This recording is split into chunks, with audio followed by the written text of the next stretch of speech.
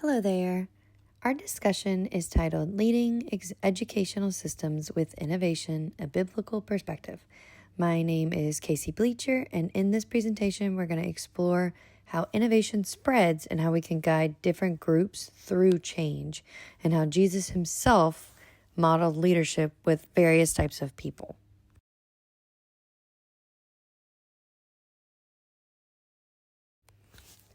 We have the 5 adopter categories. So we're going to begin with these 5, and they're described by Rogers in 2003. The first one is innovators. These are the pioneers. They're always eager to experiment with something new.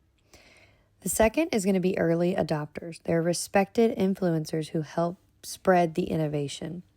The third one is going to be early majority. They're thoughtful and practical, and they wait to see some success before adopting. Number 4 would be the late majority. They're a little bit more hesitant and need a lot of reassurance before changing.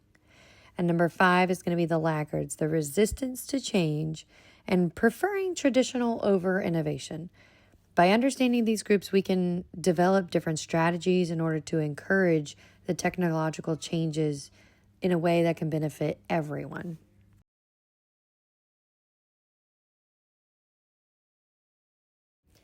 In our third slide, we see encouraging innovators, early adopters, and the early majority.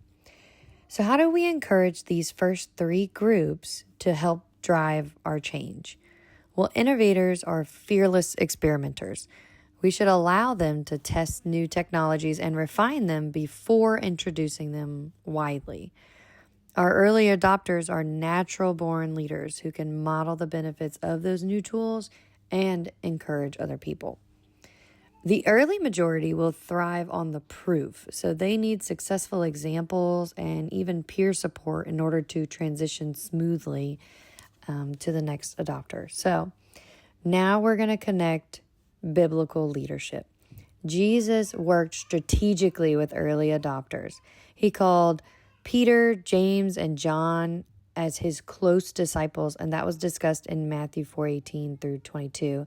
And he was basically equipping those men to lead other people. And in Luke 10:1 through 12, Jesus sent out 72 disciples ahead of him, just like early adopters preparing the way for innovation. The Apostle Paul had missionary journeys in Acts 8:13 through 28, and those helped to spread the gospel, much like early adopters introducing those new ideas to a broader and more expansive audience. By leveraging these groups, we can create lasting and meaningful change in our educational system. And even Jesus did it throughout his whole experience in his life.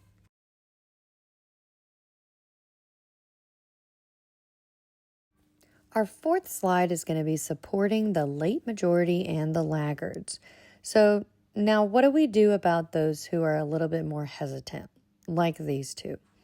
The late majority need more solid proof that a change can work before they accept it. And laggards need the extra patience and the personal support as well as the time. So Jesus, again, set a perfect example for us in this. And in John 20:24 through 29, Thomas doubted Jesus. He doubted Jesus' resurrection until he had personal proof, just like the laggards who need evidence. Now, some religious leaders resisted Jesus' message, but they still engaged with them and they still had patience and truth, right? So in John 10:11 through 18, it also reminds us that Jesus was a good shepherd. He valued everyone, even those who struggle to follow.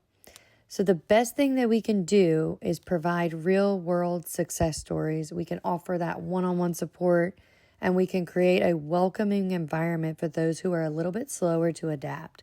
And this could be in any situation. It doesn't necessarily have to be technological, but in this specific instance, that's what we're relating to.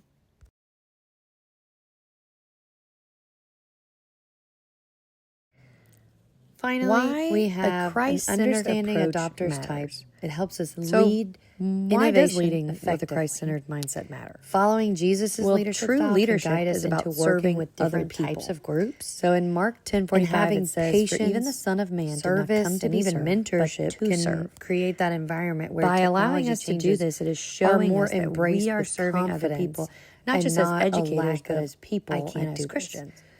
And as Christian leaders, we're not just introducing these new ideas because it helps us shape the culture, and we're helping shape the, especially as an educator, generations that are coming up because of learning and understanding. So this is very important, and I think all of that is needed as a Christian educator. Every individual is valuable, and so thank you so much for your patience can make all of the difference. This isn't just speaking about educators in general, but also technology. Technology adoption is not just about showing new tools and using the new tools. It's about helping people embrace the change and the positive change in a way that honors God.